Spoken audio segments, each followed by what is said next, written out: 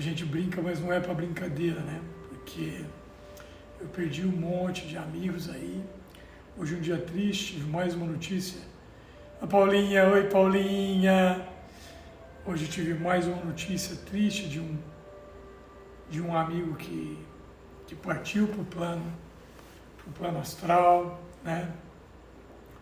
Estamos perdendo amigos, né? Na verdade não é perca, estamos nos despedindo, mas não sabemos direito como ainda trabalhar com a emoção da morte.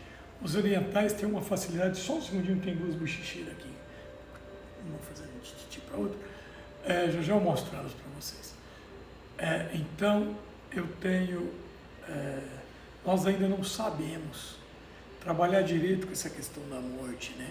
Os orientais estão bem mais avançados com relação a isso. E algumas culturas também estão, porque diz toda a espiritualidade, toda a leitura, André Luiz e tal, que quando eles partem para encarnar é que é uma dor, é um sofrimento, é uma despedida lá no plano astral. Porque essa pessoa sabe que vai vir para uma escola difícil, uma escola de sofrimento, uma escola de pancadaria, uma escola onde vai se exigir da gente, e se exige todos os dias um controle emocional que muitas vezes não temos, né? Onde através da bênção do esquecimento, para que a gente não acumule culpa e que não exerça o que é necessário aqui, através da bênção do esquecimento, nós também trazemos o risco de cair no mesmo buraco, ou seja, de entrar no mesmo problema, de pegar o mesmo atalho que pegamos em épocas anteriores, em outras situações, e agravarmos mais a nossa situação, que é chamada de situação kármica. Então, diz que a despedida no plano astral, para encarnar no planeta, é muito mais dolorosa do que a gente pensa aqui, porque alguns saem com medo, outros vêm voluntariamente, nem sabem, entende o que está acontecendo. E claro que existem os que já estão num outro ponto e cada vez pedem mais situações de dor e sofrimento para que possam exercer o aprendizado. Bom, isso é de cada um. O que importa é que tem uma frasezinha aí no Face antiga que fala assim, que Deus escolhe os guerreiros, mais ou menos isso, né? Ela fala diferente, mas eu vou parafrasear porque eu não vou me lembrar, né? Que Deus escolhe o guerreiro de acordo com o que ele acredita, que tem de coragem, de força, não sei o quê, e que em alguns momentos ele confundiu a pessoa com Rambo. Eu estou me sentindo assim, esses dias. Estou com saudade de 2020. Cara, estou passando uns perrengues esses dias. Quem de vocês está? Levanta a mão. Eu não vou ver, mas pelo menos você levanta a mão aí, só para dizer que é companheiro meu. Estou passando um perrengue esses dias. E acho que a maioria de vocês também está. Então hoje vamos falar sobre isso, como dar graça pelos perrengues, para que a gente possa sair o mais rápido possível deles, né? Como agradecer os pepinos do dia a dia. Paulo, apóstolo dos gentios, aquela fera que antes era Saulo, perseguidor dos cristãos, e se transformou no maior propagador do Cristo que já existiu. Paulo disse numa das epístolas, numa das cartas, em tudo dai graças, ou seja, em tudo agradeça a Deus. Esse é o primeiro passo para sair do problema. Esse é o primeiro passo da abundância, né? Não é sobre a abundância que eu vou falar, mas eu vou dar uma palhinha sobre isso, sobre passos de abundância, né? O primeiro deles é agradecer o momento que você está passando. A cada momento, em tudo dai graças. É importante agradecer. Mesmo o perrengue, mesmo a partida daquele irmão querido. Hoje eu agradeci a partida do menino, do Paulo Gustavo, com muita tristeza, porque parecia que tinha tanto ainda a oferecer para o planeta. Vai oferecer da morada real, da morada verdadeira, né? E cumpriu a missão dele, gente. Não tem dúvidas de que ele cumpriu a missão e possivelmente saiu como um completista, né? Assim como o irmão o sogro da minha amiga que está assistindo, está nos ouvindo, que eu tive o prazer, a honra de andar junto, o pai do Edivando, o Birro. Que cara fantástico, formidável, gostoso de estar perto. Criou os filhos têm caráter, são trabalhadores, cumpriu a missão, né? Ah, mas o Paulo Gustavo não teve condição de criar os filhos. Essa não era a missão, né? Trazer os filhos ao mundo, sim. Deixar um legado de alegria para muita gente, sim. Deixar alguns ensinamentos, sim. Devolver para a mãe, em forma de uma homenagem linda, 2 ou 3 filmes, se eu não me engano, imitando a mãe, se eu não me engano, sim. Então as nossas missões são individuais, mas todas têm o mesmo propósito, nos melhorar. Como é que nós nos melhoramos? O que fazer? Como usamos o próximo? Usamos a mente, sim. Como usamos o próximo para nos melhorar? O próximo é o nosso espelho, ele está nos mostrando, né? Quando eu disse para vocês, nossa, saudade de 2020, pô, esse ano eu perdi 1.800.000, peguei Covid, quebrei uma costela agora, semana passada, perdi uma amizade hoje que eu amo significativamente, de uma forma tão besta, porque na verdade não me movimentei para isso, mas sempre tem um motivo. E a gente, de alguma forma, tem responsabilidade, seja o motivo mais sutil e que a gente não entenda na hora, mas tem. Ontem arrumei uma discussão num grupo, uma discussão quase que infantil, porque desnecessária, onde eu catei a minha verdade e levei como espada de fogo no peito do meu irmão. Então, e hoje eu estou aqui dando palestra, né? Eu tenho um grande mentor, que é um irmão que eu amo muito, né? O professor Rodrigues do Aelus, que dizia assim, a gente peca, mas prega, ou seja, você está errando, está falhando, mas está tentando, está buscando, né? O melhor formato de aprender é ensinando.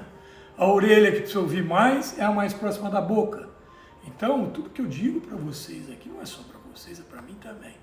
Em nenhum momento eu estou numa situação melhor do que qualquer um de vocês. Não me coloco, mas estou igual. Em alguns pontos, alguns estão mais avançados, e outros a gente está um pouco mais, e assim vamos caminhando, né? A caminhada é junto. Porém, aqueles que não prestam atenção à caminhada, que ainda não entenderam isso, essa questão da nossa missão, vamos falar bastante sobre isso hoje, nessa 1 horinha de estudo. Aqueles que ainda não entenderam, sacaram que o nosso negócio aqui é com a gente mesmo, é evoluir, e que o próximo vem para te mostrar onde você tem que se movimentar para ser humano melhor. Esses vão caminhar sozinhos, porque vão caminhar para trás. É só isso. Mas a caminhada é a mesma, né? A Zizi, que eu amo tanto, hoje era 6 e pouco da tarde, meu dia, hoje eu passei bastante dor na costela, porque eu não escutei. Aliás, eu não tenho escutado. Olha que coisa, a gente às vezes esquece de escutar. Esse a gente é para mim, né? Eu esqueço. Mas talvez alguns de vocês também. Escutar o corpo. Deus, o Criador, fala através do nosso corpo às vezes para a gente. Nós esquecemos de escutar o corpo. Escutar aquele irmão que vem com uma intuição. Escutar a própria intuição. Então era para eu ter parado já, um pouco antes do Covid. Quando eu tive aquele problema, já era para ter parado antes do problema. Teve um irmão que talvez está aí, que é o Luquinha, que já tinha me dito, falou, cuidado, parece que você está se perdendo nisso aí. Que era um formato de investimento na Bolsa de Valor, onde eu estava me viciando, não é isso. Energia é outra. Nada contra a Bolsa de Valores, pelo contrário, é um negócio interessante. Vou dar live sobre ainda para vocês, mas a hora que a coisa estiver fluindo. Assim como eu estava falando sobre manifestação, né? Um dos formatos de manifestação é a gente dar graça em tudo. O outro é ajustar tudo que tiver de aresta para trás. Mas isso vai ficar para uma outra live. Vou fazer uma na semana que vem, só sobre manifestação e abundância, tá? Só para que as pessoas que estão ainda passando por dificuldades financeiras, por situações de perrengue, ou não estão materializando como deveriam, só sobre esse ponto, mas ligado à luz do Cristo. trazendo um entendimento espiritual sobre a matéria. Então vocês estão convidados, tá? Então, voltando no ponto que eu estava falando agora há pouco, a Zizi, linda, me disse hoje, olha, tem uma palestra do Divaldo, era quase 6 horas da tarde, entra lá para você ver a fábula, porque a fábula é linda e dá uma palestra, né? E aí eu entrei e só peguei o comecinho da fábula, porque eu já conheço a fábula. Minha conexão não tá legal, né? Tá tudo bem? Vocês estão me ouvindo bem aí? Pessoal, voltou? Todo mundo aí? Estão me vendo aí? Por favor, um acenozinho. Ok. Então eu estava dizendo que hoje... Então ontem eu fiquei com muita dor, não ouvi o corpo, me movimentei o dia inteiro. Já tiro ao médico, o médico já tinha dito ao médico, quebrou uma costela, então faz repouso, evita muitos movimentos, etc. Eu ontem arrumei toda a canalização de borracha e mangueira da minha casa para os coqueiros, não sei o que, parte da manhã. Parte da noite não dormia de dor. Aí eu acho que eu falei, poxa, está na hora de começar a usar um pouquinho do que eu aconselho as pessoas na minha vida. Porque diz Emmanuel que se a gente usasse metade dos conselhos, nossa vida já seria outra. Né? Então cabe para mim, né? Mais às vezes até do que para outros. Mas aí além de dar dor, além do que eu estou passando aí, que eu passei esses dias, que foi essa situação financeira, que me chateou, a chateação me baixou a imunidade, a queda da imunidade me permitiu pegar o Covid, né? E um movimento de raiva me fez subir num cavalo, bater no cavalo, subir nele, depois montar de qualquer jeito, cair, quebrar a costela, enfim. Quem é o responsável? É o Cristo? É o Criador? Quem é o responsável por permitir que num momento de raiva outros talvez tomassem as decisões por mim? Ou eu tomasse decisão em momento de raiva? Né? O responsável sempre é a gente. Então, graças a Deus que eu saquei, graças a Deus que eu percebi a minha responsabilidade, graças a Deus, Emerson, que eu entendi que eu tenho que fazer esse movimento todo de retorno para mim. Isso serve de alguma forma para algum de vocês? Para alguém com aprendizado? Então, a historinha, a fábula que a Zizi me contou, é sobre um cara recém-casado que vira para a esposa e fala assim, eu vou sair, não sei quando vou voltar, mas vou te deixar aqui no nosso lar e vou conquistar e vou trazer uma segurança financeira para a gente. Daqui a algum tempo, não sei quanto tempo, pode demorar 20, 30 anos, mas vou voltar com uma segurança, com um dinheiro bom para a gente, para que a gente tenha uma boa velhice juntos. Você vai me esperar? Ela disse sim. Então, esse cara foi. E esse cara andou assim, quase que 10 dias, e conseguiu um emprego com um patrão justo e honesto, num lugar bacana. E disse para esse patrão, eu não quero um centavo. Eu quero comer e trabalhar, não quero um dia de descanso, não quero um intervalo. Eu quero ajuntar um dinheiro e no dia certo eu vou pedir o meu dinheiro para poder voltar para minha esposa. E o patrão pegou e disse, tudo bem. 20 anos se passaram e ele vira para esse patrão e diz, hoje eu quero ir embora. E o patrão diz para ele, tudo bem, você quer todo o seu dinheiro e vai embora. Ou você prefere 3 conselhos? E ele ficou 3 conselhos, né? Trabalhei 20 anos. Mas ele conhecia o patrão, sabia da sabedoria, sabia da justiça que aquele cara, da honestidade, da integridade dele. E o patrão deu 2 dias para ele a pensar. E após os 2 dias ele disse, patrão, eu escolho os 3 conselhos. E o patrão disse, não vou lhe dar o dinheiro. Isso não tem problema, eu aceito os conselhos. E aí, o patrão disse a ele, então, nunca se esqueça, não pegue atalhos. Esses conselhos servem para a gente. Não peguem atalhos para que não te tornem perigosos à vida. Não tenha curiosidade com o mal. Quantas vezes a gente é curioso com o mal, né? A gente é tendencioso a querer descobrir o que está acontecendo na vida alheia em alguns aspectos, né? O mal pode matar-te. E não tomes decisões com mágoa, ódio ou raiva. Espera acalmar o teu coração, para que não te arrependas, às vezes pela vida.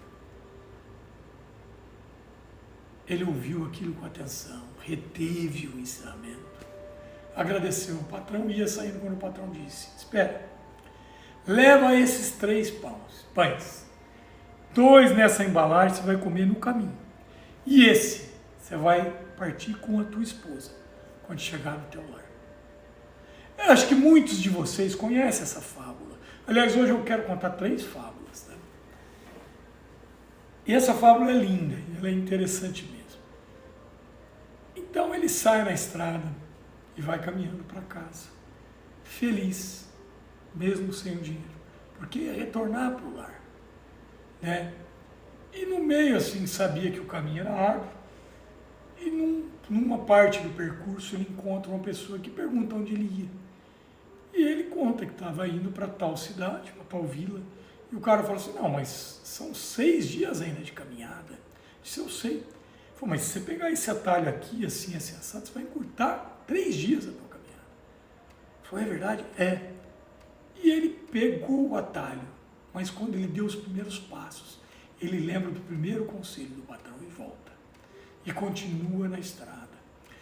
Após um dia e meio de estrada, ele encontra uma hospedaria já de noite. Cansado, pede hospedagem. E o dono da hospedagem pergunta de onde ele vinha. Quando ele conta, o dono da hospedagem falou: e você não pegou tal atalho? Ele disse: não, me ofereceram até. Ele falou: que sorte a sua, você é um cara abençoado por Deus, pois nesse atalho as pessoas são assaltadas e assassinadas. Esse cara que te ofereceu é um chefe da quadrilha, um dos integrantes dessa quadrilha. Ele agradeceu a Deus, agradeceu ao patrão e foi repousar num quartinho dessa hospedagem. No meio da madrugada ele ouviu um griteiro, um barulho, um vozerio, um som assustador. Ele abriu a porta para ver o que era.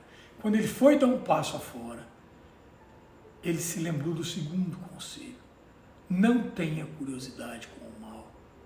O mal pode matar-te. Fechou a porta e voltou a descansar. Pela manhã, ao se despedir do dono da hospedaria, o dono lhe pergunta: você não ouviu os barulhos da noite? Ele diz: ouvi sim. E quase saí do quarto, mas fui aconselhado a não ter curiosidade com o mal. E o dono falou assim: graças a Deus, louvado seja. Porque, Marcelinho, porque meu filho tem rompantes, às vezes, enlouquecedores. E ele já matou pessoas hospedadas aqui. E se tivesse acontecido isso, ele é meu filho, eu teria te enterrado. Gratidão por não ter saído, por salvar a minha dignidade e a tua vida. Olha que interessante. E ele continuou a caminhada até chegar em casa. E quando ele chegou na casa dele: Dona Isabel, te liguei, quero falar com você, me liga depois da live, não liga agora, tá? Senão atrapalha a live. Oi para todos que estão chegando. Continuando então a fábula, esse cara vai chegando à casa dele e ele quer surpreender a esposa. Então, quando ele olha pela janela, vê a esposa acariciando um mancebo, um rapaz lindo, forte. E aquilo enfurece, pois o rapaz, ela passava as mãos no cabelo do rapaz, com a cabeça ao colo. E ele pensa: eu trabalhei 20 anos, eu dediquei minha vida a essa mulher, e agora ela me trai. Saca do punhal e vai invadir a casa para matá-la e talvez matar o rapaz. Mas quando ele põe a mão na maçaneta, na porta, maçaneta não devia ter maçaneta, devia ter tramela. Vocês sabem o que é tramela, né? Os velhos sabem. Quando ele põe a mão na porta, ele lembra do terceiro conselho. Esse que eu não tive nem com o meu cavalo. Não tome decisão com mágoa, ódio ou raiva. Aí ele guarda o punhal, dorme na mata. E no outro dia ele vem para desfazer o casamento. E para jogar na cara da esposa, né? Quando ele entra, começa a falar. A hora que ele entra, ela vê e já pula nos braços dele, abraça e beija. E ele afasta ela e diz assim: você me traiu. Eu dediquei 20 anos da minha vida e você não cumpriu. Ela disse: te traí. Sim, ontem te vi com um rapaz deitado a teu colo. Ela disse: quando você saiu, meu esposo, eu estava grávida e não sabia. Esse moço é o nosso filho. Ele vai fazer 20 anos. E aí ele deu graças mais uma vez. E se lembra do terceiro pão. E convida a esposa a partir o pão na mesa. Dizendo que aquele pão era o único formato dele comprovar a dedicação e a dignidade que ele teve, né? E a hora que eles sentam à mesa e fazem a oração e partem o pão, a surpresa maior é que o pão estava recheado de um tesouro que conferia exatamente aos 20 anos de trabalho amealhados, né, que ele se dedicou àquele patrão justo, honesto, certo. Linda essa fábula, né? E ela traz para a gente alguns ensinamentos assim, bastante edificantes. Eu discuti com um irmão aí, um grupo de pessoas que eu amo, alguns amigos aí da infância, da juventude, por posição política. E atravessei a discussão de uma forma, com uma tomada de decisão besta, né? Usando talvez de um sentimento onde eu não analisei. Quantas vezes tive curiosidade com o mal em mim, me entrei em confusões desnecessárias. Quantas vezes? Muitas vezes, né? E quantos atalhos não peguei acreditando que ali seria a solução.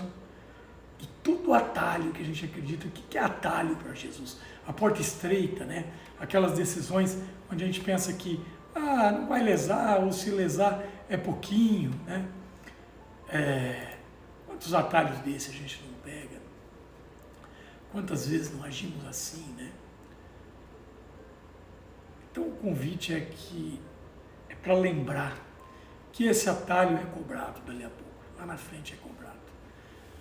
Essa decisão onde a gente não analisa se vai fazer um mal para o próximo, que seja pequenininho, amanhã volta para a gente como um ensinamento, porque nós não estamos aqui para fazer mal para o próximo, nem o pequenininho. Então e às vezes a gente pega atalho com a gente, né? Muitas vezes a gente não olha para os nossos sentimentos com veracidade. Se eu estou com raiva, eu tenho que olhar para mim e dizer: agora estou com raiva. É olhar para minha esposa, às vezes, quando ela vem falar, eu estou falando: cara, agora eu não estou bem. Não vamos conversar nesse momento. Né? Eu estou nervoso, estou com raiva. Né? Vamos aguardar um minutinho aí. Né? Se eu estou triste, eu tenho que analisar essa tristeza. Se eu estou com inveja, em primeiro lugar eu tenho que acolher a inveja. Opa, estou sentindo. Então, às vezes a gente pega atalho até com os nossos sentimentos. E a gente não nos enxerga. Olha que loucura, né? E se eu não enxergo, esse foi o conselho que eu dei para o meu amigo lá na discussão. Falei: cara, o único conselho que eu vou te dar, ele dá bastante conselho para a gente, né? Autoanálise, olha para si. Então esse é o conselho para nós agora, né? Olhar para si sempre, né? Não pegar atalho com os nossos sentimentos. Schopenhauer, não sei se é assim que fala o nome desse cara, acho que é, escreveu Utopia há alguns milênios aí para trás. E é fantástico esse livro. Ele conta de um período em que porque a humanidade não tinha problemas. Tudo vinha de graça. O Divaldo, no pedacinho da palestra que a Zizi me fez ouvir, ele fala assim que até o peru vinha pronto no Natal. Né? Tudo vinha. Sabe o que aconteceu no final do livro? Vou dar o spoiler logo, contar o final, porque ninguém vai ler mesmo. Né? Raros lerão. A própria comunidade acabou se devorando pelo enfado. Nós ainda não chegamos no estágio de não precisarmos de problemas. Nós precisamos deles, então precisamos acolhê-los direito. Nós precisamos ainda nos despedir dos entes queridos. Então precisamos acolher essa despedida da forma certa. Nós precisamos ainda passar por algumas situações de dores, né? Então precisamos acolher essa dor do jeito certo, buscando qual o aprendizado para cada situação dessa, né? Tem uma historinha que eu já contei para as pessoas que frequentam o Instituto, que eu vou contar para vocês. É sobre a pesca japonesa. A indústria da pesca no Japão é uma indústria grande, é uma indústria, né? Assim como no Brasil também é, né? Aliás, no mundo hoje é. O pescado é uma indústria gigantesca. E no Japão, o japonês é muito exigente com relação ao peixe. No Japão eles começaram a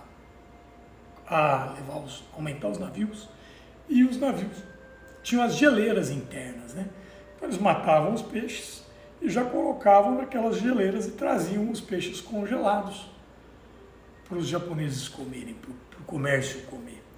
Mas o japonês, como é exigente, começou a achar que aquele peixe congelado não tinha o mesmo sabor, é lógico, do peixe fresco, e começou a não ter tanta aceitação. Então eles tiveram uma outra ideia, fizeram navios tanques. Então os navios pesqueiros têm tanques com água salgada, eles vão para o mar e pescam lá aquela quantidade de 5 mil, 10 mil peixes, jogam nesses tanques e trazem, né, esses peixes para o mercado. Porém, com o tempo, os japoneses começaram a perceber, os consumidores, que o peixe chegava com um gosto insonso. Não tinha o mesmo gosto do peixe fresco, mas o peixe chegava vivo, era fresco. Eles perceberam que faltava, essa história é bacana, porque é verdadeira, que faltava alguma coisa na vida dos peixes. Olha só, o ser humano, que é uma potência, talvez milionesimal, não sei se existe essa palavra, mas assim, é uma centelha do divino. Então, e ainda nem sabe disso, né? O ser humano percebeu que para o peixe chegar saudável, ele precisava de um tubarão no tanque. Então eles jogavam lá 10 mil, 15 mil peixes, 5 mil peixes, e jogavam um tubarão dentro daquele tanque. O tubarão comia 500 peixes durante a viagem, o percurso, mas os peixes vinham saudáveis, não tinham depressão, não tinham momento de tristeza, de problemas, chegavam fortes e saudáveis, porque eles fugiam do tubarão.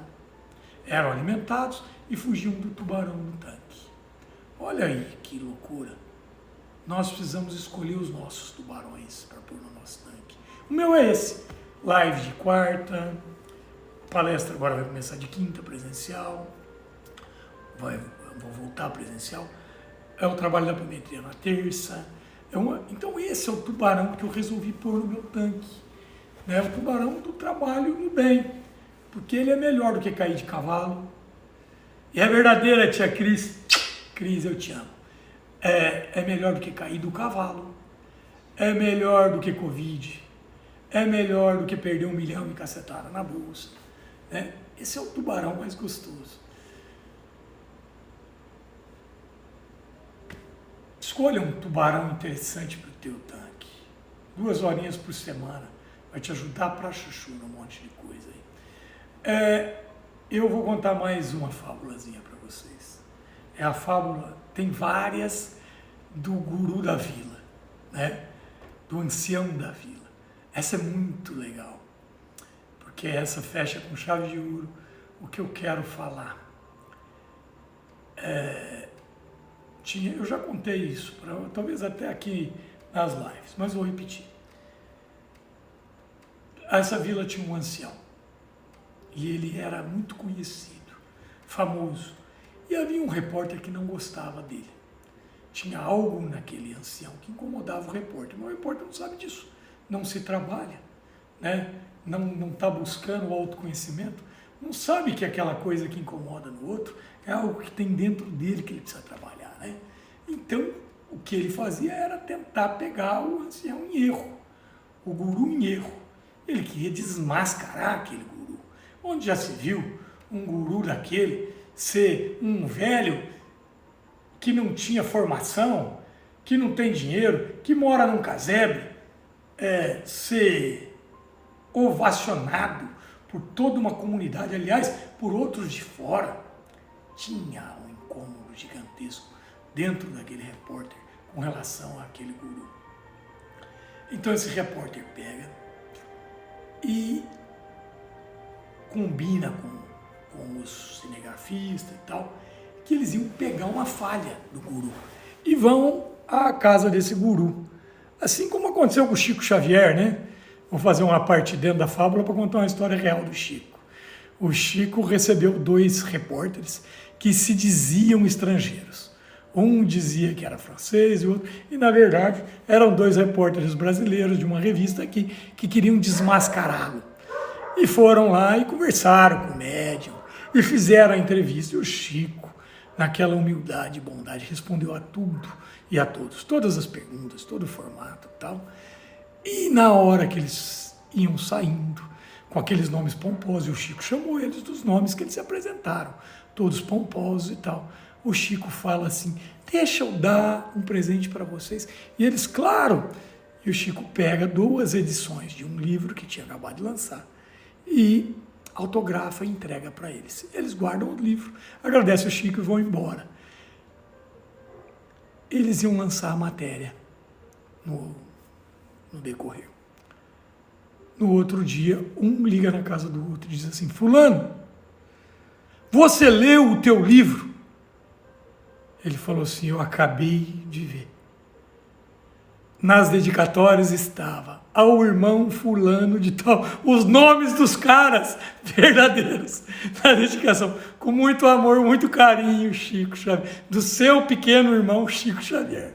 Então, ó, era mais ou menos isso que aconteceu com esse repórter. Esse repórter vai, então, arma toda essa estrutura, chega na casa do guru, olha para o guru e vê uma banqueta, uma caminha de canto, assim como o Toninho de Pindorama, né? Hoje lá é gigantesco, é lindo, mas o quartinho dele continua a mesma coisa, quase a mesma coisa, porque quando eu entrava lá era ainda o chão de concreto. Um dos gurus aí da vida, maravilhoso, Toninho aqui de Pindorama, tem um centro umbandista lá, ele já tinha montado 2 ou 3 centros kardecistas, mas na época eles não aceitavam os pretos velhos. Você vê, dentro do kardecismo ainda existe o farisaísmo judeu. Então, o guru recebe eles olham e falam assim: onde estão tuas coisas, né? Uma troquinha de roupa pendurada. O guru olha para eles e fala assim: onde estão as suas de vocês, né? Pô, nós estamos aqui de passagem. Pô, eu também. Mas a história não é essa. Eles fazem a entrevista e não conseguem pegar. O repórter sai pegando fogo. E depois que eles desligam as câmeras e tudo, que eles estão indo embora, o guru olha para o repórter e fala: fulano, não se esqueça de que eu sou Deus.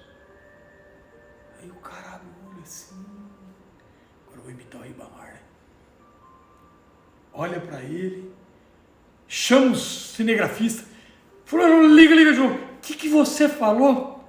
Aí a hora que o cinegrafista liga, ele fala assim: eu disse que eu sou Deus e você também, mas você ainda não descobriu. Louco, né?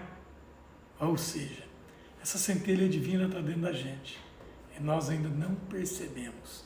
Por que eu falei sobre isso depois de falar sobre algumas tragédias aí para trás? Inclusive, ô Clecião, já falei do JP, você não estava. Por que eu falei sobre isso depois de falar de algumas tragédias aí para trás? porque o convite é para que a gente não seja depressivo nem exaltado, né? O convite é para a gente se lembre dessa centelha. Como que eu vou me lembrar da centelha, Amide? Sendo autêntico com a minha emoção. Lembrando dos 3 conselhos de hoje aí, lá daquela primeira fábula, né? Cada fábula tem um conselho. Os 3 primeiros eram, vocês lembram ou não? Alguém escreve aí para a gente ver. Não pegar atalhos, não ter curiosidade com o mal, não tomar decisão com mágoa ou ódio. Na outra fábula tinha um conselho: escolha o tubarão do teu tanque, o meu eu trabalho no bem. E nessa tem um lembrete: vós sois deuses, farão o que eu faço e muito mais. É isso aí, Emerson. Vós sois deuses, farão o que eu faço e muito mais. Ou seja, a centelha divina está dentro de cada um de nós, né? Então, vamos ser autênticos com as nossas emoções, vamos ser autênticos com os nossos amigos, sem usar a verdade como espada de fogo no peito do irmão, como disse André Luiz, até porque a minha verdade, às vezes não é a verdade do próximo, mas ser autêntico, né? De vez em quando a gente tem que chamar a pessoa à consciência, não esquecendo que alguns não estão prontos para a consciência, como Jesus disse, né? Tem momento que não dá para jogar pérola aos porcos. Não jogar pérola aos porcos. Tem algumas situações que a pessoa não vai querer ver. Então, ponto. Acaba aí, né? Jesus apanhou de vários guardas, vários.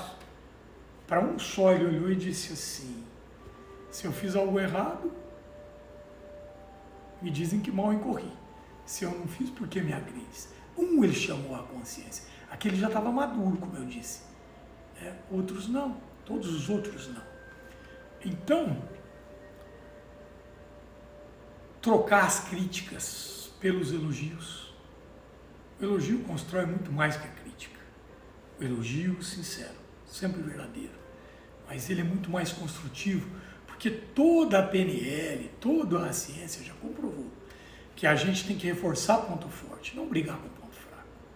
Porque ao reforçar o ponto fraco, o forte, você começa a eliminar o fraco. E a gente às vezes esquece de fazer isso consigo mesmo. Nós somos campeões, né? Eu sou um autocrítico grande. Aí às vezes eu me lembro, opa, peraí, tenho que contar minhas bênçãos. Então eu pego um caderninho de vez em quando e começo a anotar os meus acertos, as minhas bênçãos, as minhas vitórias. Isso é bacana, ajuda a gente para dedéu. Para dedéu é dos antigos. Meu finado irmão dizia assim, cara, deixa meus defeitos, meu finado irmão, Ricardo, muitos conheceram, então aí, né, dizia assim, deixa meus defeitos, meus inimigos falar. Meus amigos falam minhas qualidades. Então é isso, a gente às vezes é inimigo próprio. Se nós estamos na missão de se melhorar, e a gente já sabe que é o elogio que reforça, a gente tem que se elogiar mais, tem que se amar mais, tem que olhar para si e falar, pô, cara, você é um cara, onde você já chegou, olha de onde você saiu.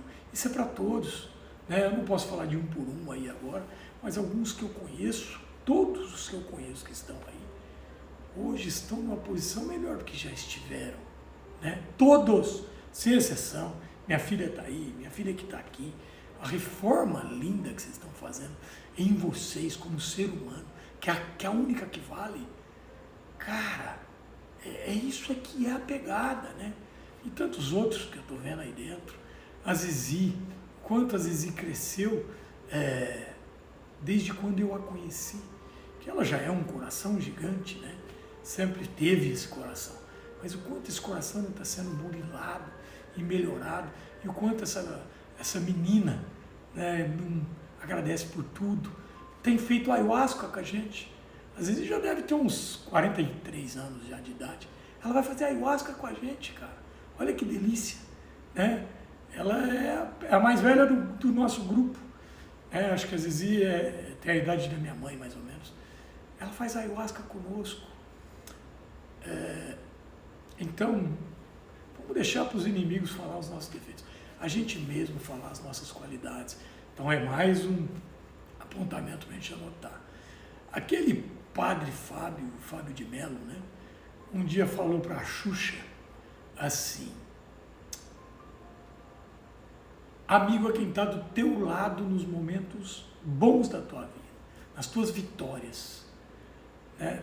E parafraseando, ele não usou esse termo, mas eu vou usar, porque a tua tristeza, até o capeta fica perto para te consolar. Porque é fácil, né? Consolar quem está triste. É fácil consolar a derrota. Né? É difícil para as pessoas e até às vezes para a gente ver a vitória do outro, estar do lado e urrar com o outro pela vitória. Né? Então, às vezes a gente não é nosso próprio amigo também.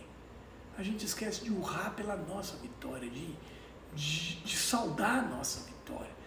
Nós não podemos mais fazer isso. Nós não podemos mais nos relegar em nenhum momento. Tá? Espírita tem muito disso. Espírita kardecista é danado em soflerose. Né? Por isso que eu convido a gente a não ter denominação, a não ser uma, do Cristo, né? Cristão. Né? 2 anos mais velha que a Leila, então você já der 66? Não, Zizi, não mente. A Zizi, 66 anos, está tomando ayahuasca com a gente, consagrando a ayahuasca, expansão de consciência, olha que coisa linda, né? E buscando de todos os formatos o crescimento espiritual sempre, né? É uma trabalhadora do bem, que eu tenho a honra e o orgulho de chamar de segunda mãe hoje, como já chamei a tia Licinha, né? Então, oi Paulinha, Paulinha Maritã, tia do meu filho, tia do Ricardinho. Então, espírita tem essa coisa tão danada que os caras acham que não pode bater palma em palestra, porque se a gente bater palma, corre o risco de inflamar o ego do palestrante. Gente, olha que ignorância. Cara, temos que bater palma porque é bonito, porque é bom, porque é belo e muitas vezes pra gente. Aliás, vou convidar todos vocês a bater uma salva de palmas para si próprio nesse momento.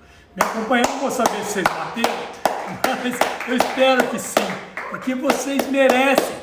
Vocês não estão vendo novela, não estão assistindo ao Jornal Nacional, graças a Deus.